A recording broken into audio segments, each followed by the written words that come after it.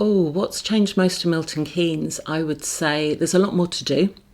I think when I was growing up, when I was a teenager, certainly there was only a few places you could go. We went to the Compass Club and we went to the British Legion in Bletchley. But then as an older, sort of 20-year-old, everyone would congregate around the same places.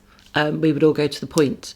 Everybody that was anybody was at the Point, especially on a Thursday night at the alternative indie disco upstairs. They would often have performers. I remember seeing Divine up there. I remember going to see a Rocky Horror Picture Show showing at the Point and then upstairs to the nightclub.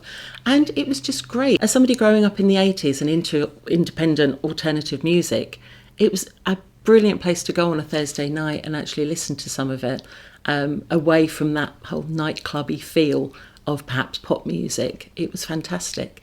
We went there, we went to the Barn in Milton Keynes, that was another place to go. And of course the Swan at Woughton On The Green, everyone seemed to go there. So it felt like we were living in a very small community. I've got some great memories of the Bowl. I mean, growing up in West Bletchley, we could walk to the Bowl from where I lived, and wow, every time somebody big played at the Bowl, we would walk down there, we would try and get some tickets, maybe sneak under the fence. I shouldn't be saying that on camera. I remember watching David Bowie at the Bowl, like I think most people my age did in Milton Keynes. I didn't go in, but we sat on the bank of the A5 and watched it on the screen because you could see the screen from where we were.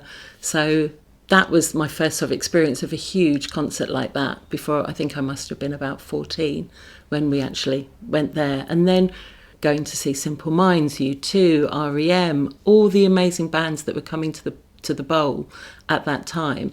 It felt like it was something special, that we were really on the map, that they were touring the big cities and London and Birmingham, say, but then they'd come to Milton Keynes and it felt so special.